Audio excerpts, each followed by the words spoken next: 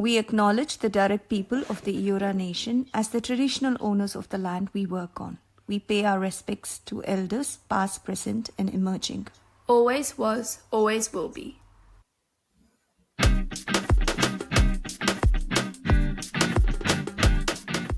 Hi everyone, welcome to our podcast Mindkshetra Talks Lost in Translation. We are a mother and daughter duo, Indian Australians living in Sydney. We are using our personal experiences and insights to connect and relate with people with similar experiences. We are using this podcast as our voice to unpack topics that are often lost in translation within our South Asian community. We are doing this podcast with the intention to break down the barriers in communication that may exist between parents and children, and we hope to offer some talking points to instigate these conversations. Hi, Mummy. Hi Kana, can I start by saying what a cool intro music you've I designed? know, we have good intro music this time, don't you I think? know. And I think we are improving based on the feedback we've been getting to add some Mm-hmm. intro music. So hopefully, what is this, episode 5? This is episode 5. Wow, I can't believe it. We've done 5 episodes. It's I been a know, journey. I know, but I can't wait for our 6th episode. I know we are in the 5th episode, but I can't wait to talk about how different our language is when we do this. Hi, mommy, and I go, hi, Kana, and Are you talking about I. my accent? I am talking about your accent, but today's topic is not about your accent. It is about something a little bit more close to my heart. So, do you want to Mm-hmm. start off? Yeah, I guess today's episode is about grief. Before we start the episode, just a content trigger warning for those who are about to listen that we are going to delve into some pretty personal and touchy topics about death, about losing people, losing experiences. So no dramas if you don't want to listen to the episode, but just letting you know in advance.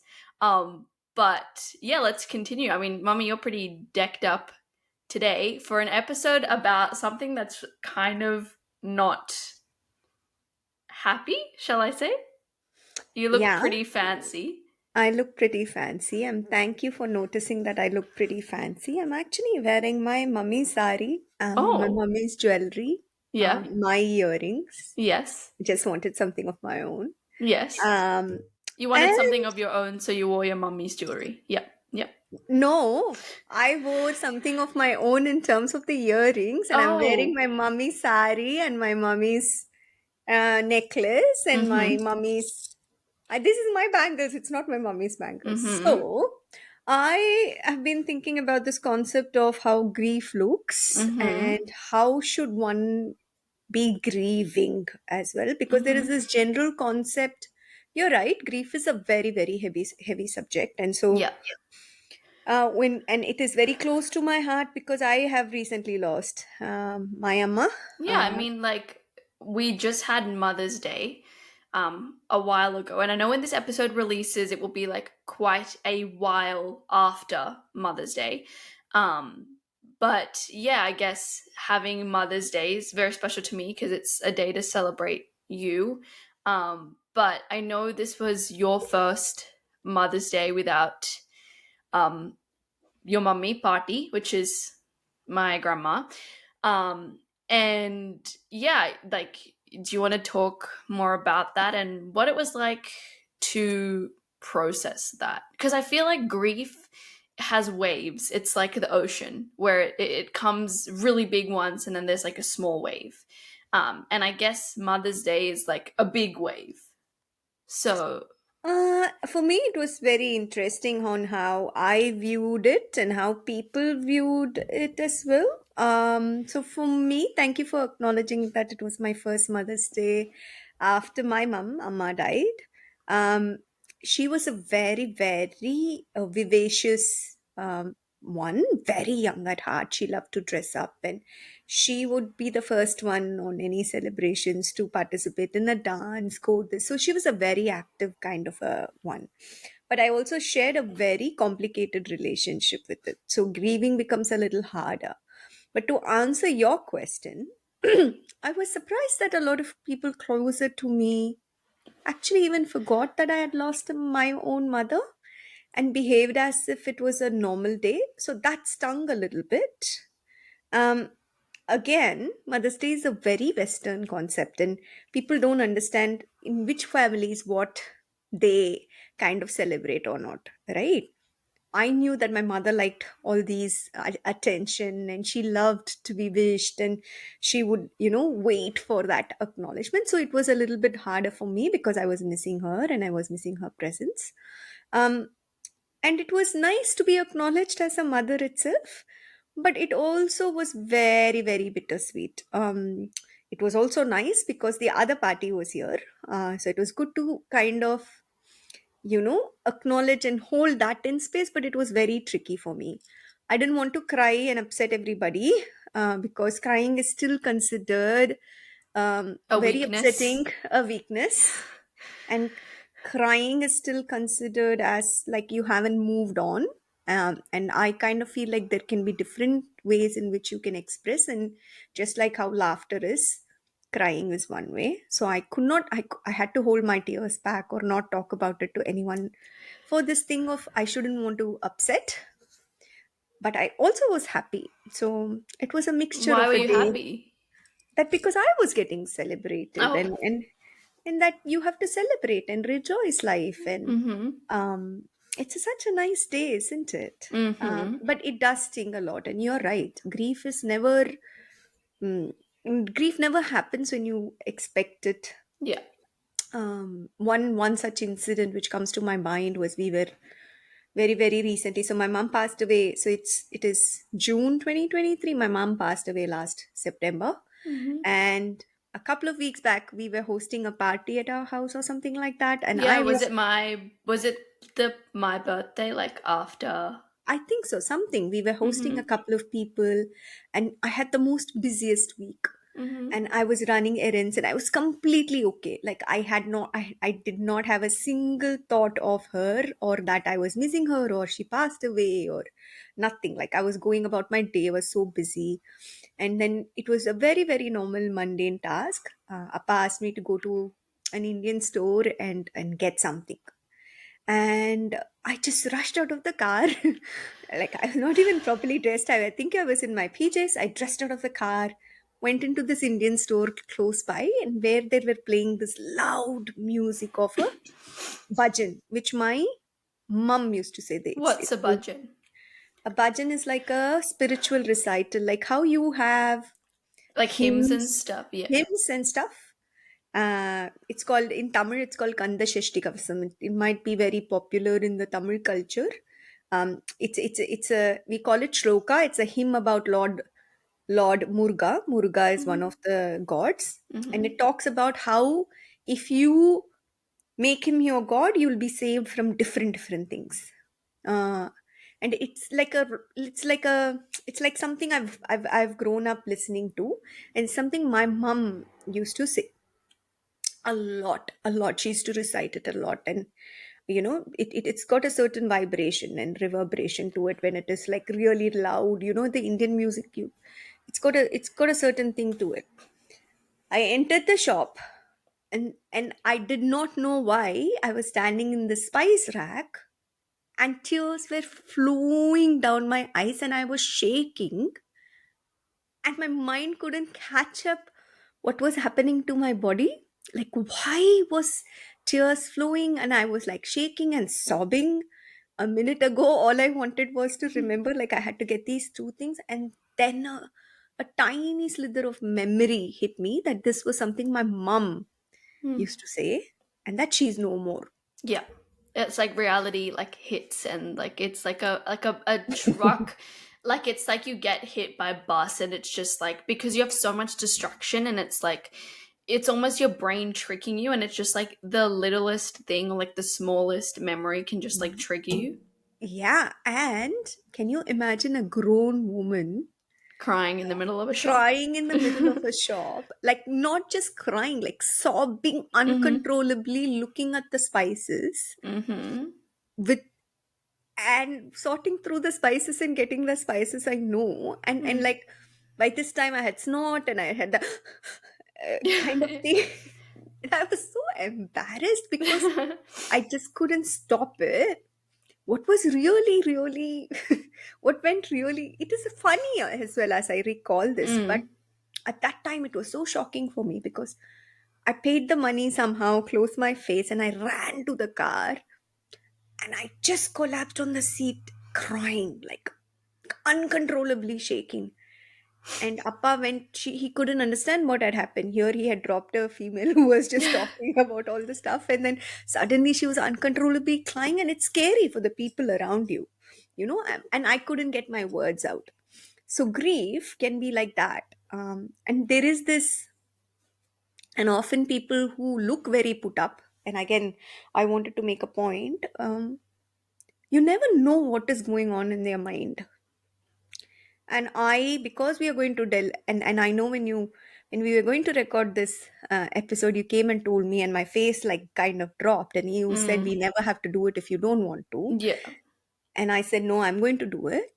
And then I made a decision. I'm actually going to make a statement. So for those of you who are not listening to a podcast, if you are on YouTube, you'll know that I'm actually completely decked up, and I want you to think of, how do you think grief looks like, and why should it look like a certain way? So, do you think on days you are dressed up and you feel good, you're not grieving for your loved one and that you're not missing just because you are not showing it? And should you be always upset? You know, um, that's my spiels. But I Mm, want to ask you, mm. what was your first experience of grief? And I know you have a lot to talk about. And I'm going to say it's okay if you feel like a little low, and yeah. you, all emotions are welcome. And it's a Yeah. safe space. I guess my first experience with grief was when my tata, which is my grandpa, passed away. He was like very close to me because I am the first granddaughter in my family. And what did he So call you? he was called me Omachi, which means God. Um, Goddess. goddess. So I have that connection, and like my love Your of dad's dad, yeah? yeah, my love of film comes a lot from him because he used to have a video camera, and I like tell my friends and stuff that like my entire life I've been the subject of an observational documentary because he used to film absolutely everything and anything on the planet Earth. It could literally be me and my sister pulling each other's hair, and he was like, this is gold, this is Oscar worthy. um and when it was like, the thing is, it wasn't a sudden death. Like, we knew it was coming, and he died when I was 7. So, again, being a child, I don't know if I had the bandwidth to process the emotions, that much emotion. Um, what else was I saying? So, yeah, so he was very sick, like, leading up into it, like, in hospital. And you know that, like, someone, they prepare you, like, someone's gonna die. Um, I don't think when you prepare a young child, you actually know that somebody is going to die. mhm. Do you want to pause and go get a glass of water No, or I'm something? I'm good. Give me a sec. It's But okay yeah, to get a glass of water, Tanya. when he died, um, um, It's okay, let's pause. oh my god, no, it's okay. Like, it's natural emotions again. It's not like, it's not a sign of weakness. It's just like, you don't talk about it very often. But yeah, like when he died, it was just a big shock. Like, I didn't expect it. Um, yeah, that was my first experience with grief, and it's just like going through the emotions. Like, even now, like, I don't know if I'm like fully over it. I don't think you can like ever ever be over it. Mm, I, But yeah. yeah, I think like seeing him, like, we had a whole like celebration and everything. And I just remember like a lot of people crying, and um You mean by celebration, like, are you mentioning to the gathering of his funeral yes, yes, and all like those a things? celebration, Was that because confronting for you? That was the One first hundred, time. 100%. Because like as a 7-year old, like you think of in the movies when someone dies that they just don't show them on screen, and if you read in a book, they just say they die, but you don't have any um but you do have like cultural, like, I think there's a lot of cultural difference here which plays into comes into place, because Hmm. when you see it in movies, most of the Hmm. time you see caskets and Yeah, like you people don't being see, really. you just imagine this idea of a person, like you don't see them when they're But it's gone. also the funeral's a very Christian funeral. You don't Yes. see, unless you're watching Indian movies and Yeah. then they show the fire The burning. But fire and again, like stuff. But like we didn't get all that. I just saw him, his like body and like all these like flowers around it. And a lot of people crying. Um and it was just like, again, like the best way I can describe it is like when a truck hits you. Um and just being like inundated and confronted with that is like, that with was the my image. first experience with grief. I know that's Mm, not like the best answer I can give, but it's just like you can't really pinpoint an exact feeling. It just feels like everything is like come mm. crushing down. But I guess that was my first insight into how we grieve in like South Asian families. And it's like so different. Like I've always imagined like in a like how, again, how we see it in the movies, like everyone wearing black and you have, yeah, everyone gets up and you someone gets up and you say a speech of like celebrating their life, and then you bury the casket in the ground. But in the South Asian culture, it's very Actually, in the different. Hindu culture, I In think the I'm going to Hindu correct culture, it sorry, yeah, actually. yeah, The no. Hindu culture, and specifically, again, in the Hindu culture, the last rituals can, how we do the last rituals can tremendously vary. Mm-hmm. Absolutely be different for different families, and there might be overlapping of certain ceremonies for certain things. Again, this notion of people kind of being in caskets and wearing black is like you rightly pointed out, is a Western version. And even within South Asian families, and I corrected you there, Mm. in an Hindu culture Mm. also, and within families also, the rituals and what they do can vary. and Yeah. and some may still choose to cremate a body, some may choose to bury a body. It depends on the families, and it's very nuanced, and you can't generalize it. Generally, if you're a Hindu, now again, if you're a if you're a Hindu and you're born in a Hindu family, cremation is the choice. And they do something called Antam Yatra, or last rites, like Kadasi Payanam, where they put you on a very basic, it's like a, in Tamil I know what it is called. Yeah, you gotta And translate. this, yeah, I see, I find this very hard, because when big concepts come into my mind, like grief or anger or divorce or something, I actually naturally tend to look for the Tamil words, because those are the words spoken in my house and I don't Hmm. know the English meaning of it. Because if you ask me what it is now, I can tell you in Tamil it's called a padai. It's a very thin stretcher like structure. It's made out of palm leaves and stuff. I don't know the English word. I can find it out, but see how grief actually goes back to this To the roots. place, to the roots. So pada is what it is called. And there are certain rituals they do. They keep the body for some time. And on hindsight, that is one of my learnings, because I was not told how to introduce a child Mm. to a grief scene, and I did not know this idea of post traumatic stress and But it's or something you grief. can't control. Like you can't control when somebody dies. You can't control like how your kids get exposed, because like he could have died now, he could have died then, and he died Mhm. then when I was 7. Mm. But yeah, like going back, like it just gave me an idea of how different South Asian families grieve and how we talk about this concept of grief and losing someone, because my image of that was a lot of like family members like crying around his body and stuff. Um but then I know other people deal with grief. It's just like they just can internally process it and they just don't show it Mm-hmm, externally. mm-hmm, mm-hmm. Mm. There's not a lot of crying.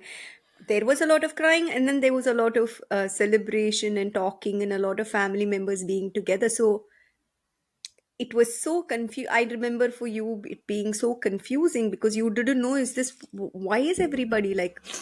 They were not crying all the time, but Mm, all the family were together under one roof, and you used to have a really good time with all the relatives, and we used to mm.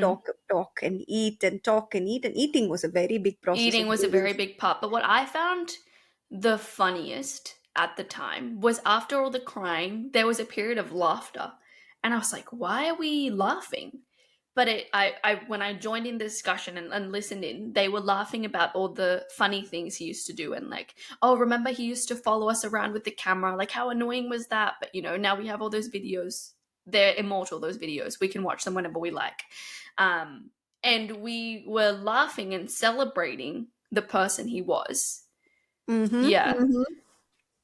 And also, and that can be very jarring to some people from the Mm-hmm. outside again, because you're laughing, you're crying and laughing and crying, and there is a lot of food and food. In fact, the emphasis is always on feeding all the people who are there, making sure they feel comfortable, Mm-hmm. and a lot of comfort is there in the rituals and stuff, Mm-hmm. and there were a lot of restrictions.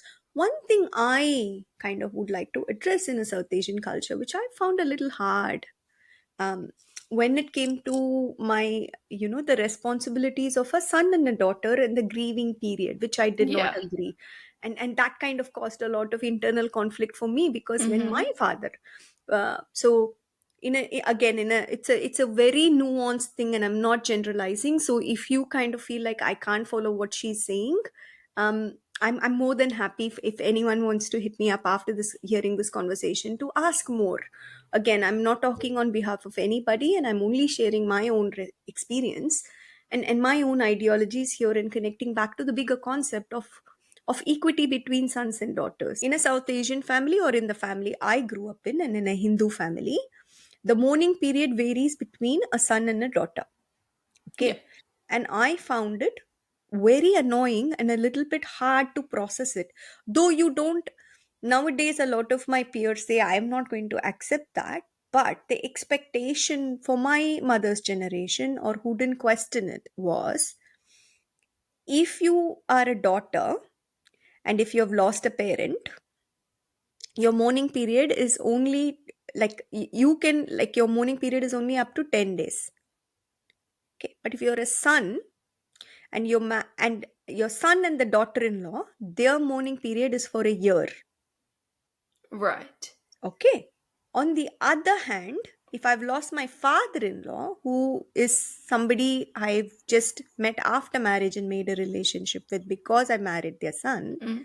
I'm supposed to mourn for A year. a whole year. Mm. But if my dad if and when my dad passed, I was expected to celebrate every festival the year of his death, Because because your my mourning mourning period is period only is. 10 days, which makes so weird because that plays a role on your well-being of like, that's my parent I've lost. And I feel like I knew them since they're my parents. Like they played a massive role in my upbringing. So that you just make you feel guilty, like, because that's what society's taught you, I guess, generationally. Because I never had that experience. Because for you, if it's your parent, it's like, all right, after 10 days, you should be okay by now. You know. It's not even you're okay by now. It's the certain rituals which are built in to kind of mourn. A lot of rituals are there to allow you to mourn and acknowledge and help them. Spirituality comes into place, and religious beliefs come into play. My problem was not with the spirituality aspect. My problem is with the regimented rule of who made this rule, that by some reason you can differentiate grief and the number of days you mourn for a person. Mm. You know, Who makes that I rule? Why do you have to quantify the number of days of grief? I don't know, and I could Because not I feel I like could not.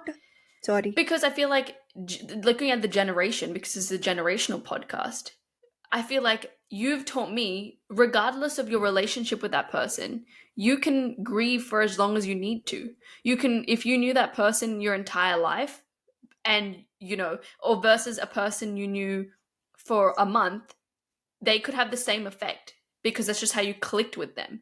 Is Mm-hmm, that to say, mm-hmm. if I if I lose the person I knew just for a month, I need to be over that quicker than the person I knew my entire life.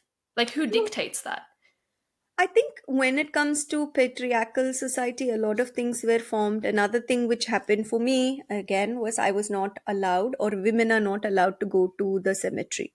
Hmm. Women are not allowed to do the last rites of their parents, even if they are a single child. So, if they didn't have a son in the family, an uncle or a cousin brother, even if that child was 4 years old, that child would be nominated to do the last rites of your parents, Mm.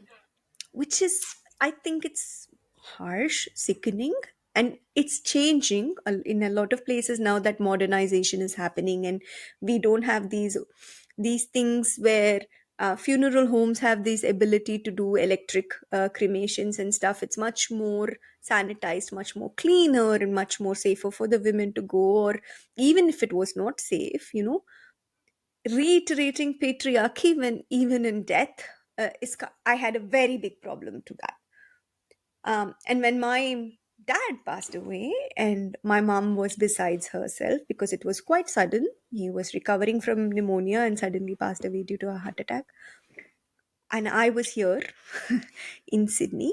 One Hmm. of the things people don't talk about is the daughter's guilt, or Yeah. a child's guilt. I'm not going to call it daughter's guilt. I think it's a child's guilt of not being there in the last moment when your parent passes away, Hmm. and suddenly having to rush to a different country, leaving Hmm. your own kids, your job, especially if you're new to the country and there is a death happened. And I know a lot of them had the similar aspect where the COVID happened and borders closure happened.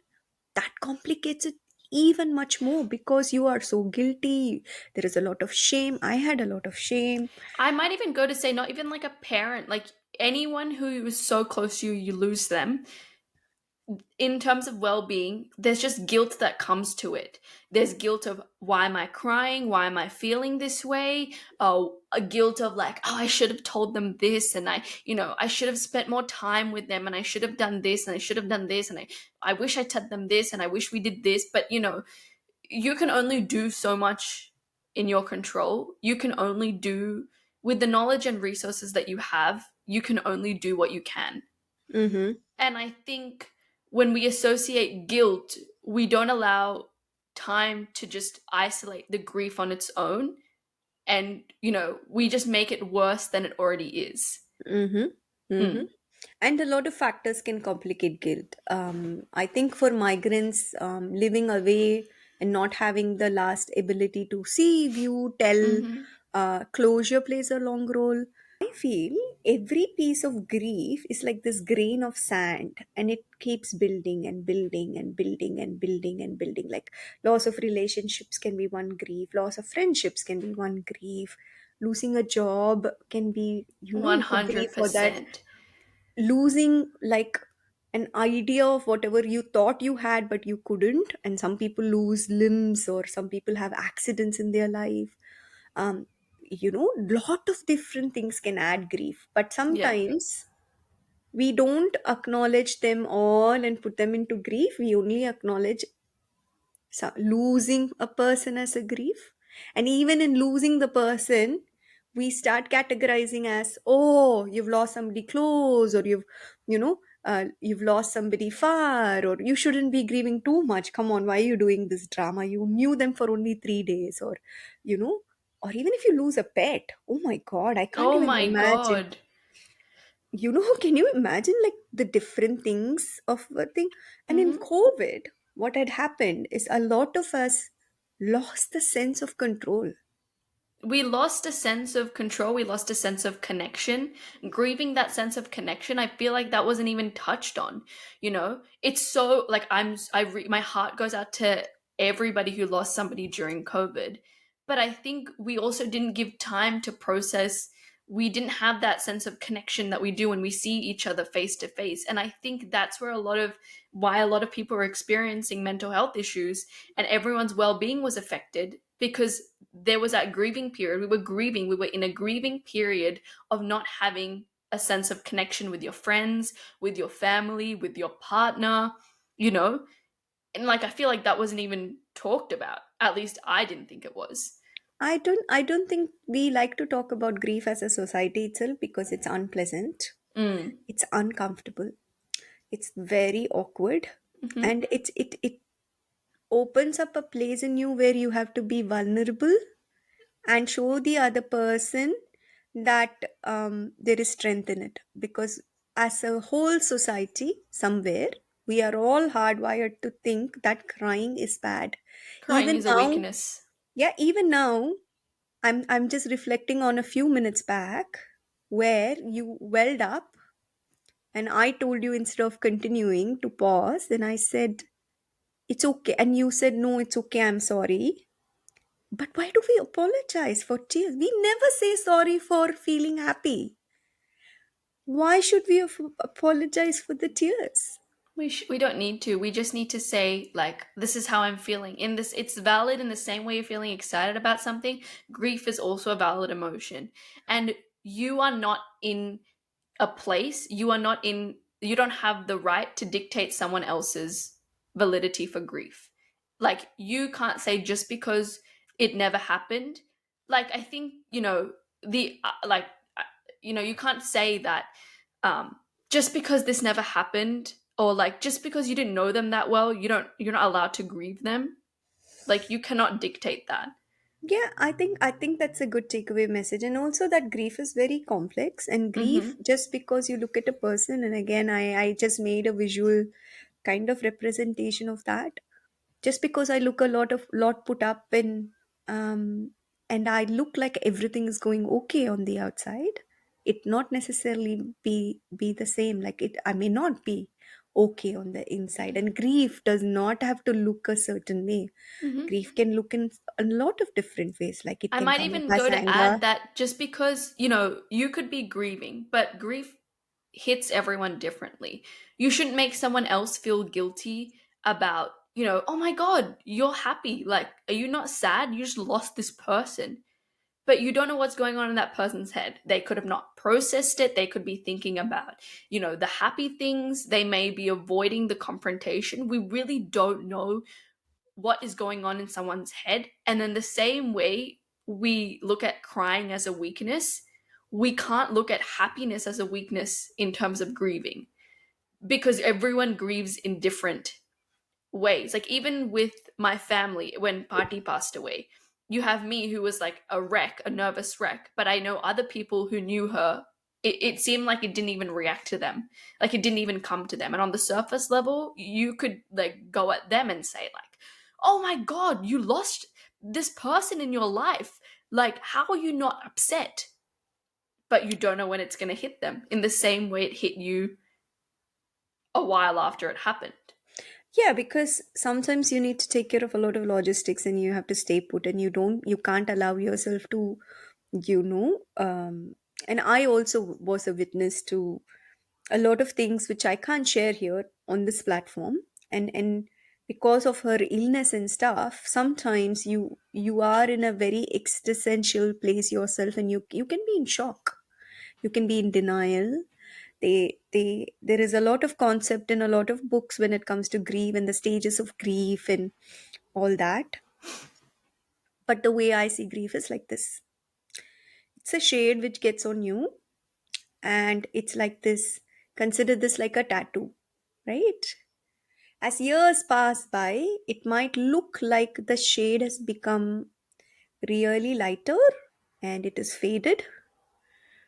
But the minute something happens, it has this ability to shade your entire being. And you're never ever going to get over somebody, get get away from something, forget that person. You just learn to better cope with it. Mm. And you also need to understand that grief is complex, and if you don't address complex grief, that can affect and influence your well-being for a very long time. Yeah. And you need to actually kind of work on acknowledging if you're struggling with grief. Yeah. So, what would be your advice to close this episode to parents? To parents, if you are somebody who is actually experiencing grief yourself, take time. Uh, there are a lot of ways in which you can celebrate the person and grieve and process it through. Um, and seeking again, when it comes from a counselor, it may sound like a marketing gimmick, but it surely is not. Yeah, seek help. Go talk to somebody. There are specialists called grief counselors, and 1 or 2 sessions. Surround yourself with people. And if you're with a child and you're supporting your child to grieve for a grandparent, it's very important to be present and notice and acknowledge their feelings and let them process it. Often the mistake we do as parents is we think if we talk about them, it's going to upset them more and we avoid it. But I would be like gently honoring them and talking about them actually gives them the child avenue to have a conversation, because these are stuff only you and them can talk about. Mm. And it's very hard to talk about outside the family circle. So give them that opportunity. Mm-hmm. And Yeah. what would be your advice? To generally, like, Generally, when young people are grieving, when young, just or a lesson you have taken away. It's not. I don't like this word advice. I don't think anybody can give anybody advice. We can only share our learnings. I guess my learning from this experience, again, that grief can manifest in different forms. And so my learning experience is that grief can manifest in different forms, and that, um, don't feel guilty about reaching out to people who you consider friends and family. And it's okay to say, hey, look, this happened to me. I would really appreciate some support. Um, and I would really appreciate you guys being here with me, whether that's a friend, that's a family member, whether that's a partner, someone who you consider really close, and just open up and say, hey, do you think you could come over and could we just talk about it? So just surround yourself with people who don't judge you for your grieving process, don't judge you generally, and have that network to hold you. Great sharing of your lesson. I love that. Mm-hmm. And that's it from us today. Mm-hmm. If you liked this episode, I would particularly want you to kind of. Um, it's a topic which is very personal to me, but yet I'm very interested in understanding what your thoughts are. Uh, and if it had triggered you in some way, I would suggest going for a walk, doing something in honor of the people who have lost. And this episode I dedicate to my amma, who I lost recently. Mm-hmm. So thank you guys for listening. You can follow us on all the social media platforms. And please like, follow, share, and subscribe to the podcast. And we'll see you for the next episode. Bye. Bye.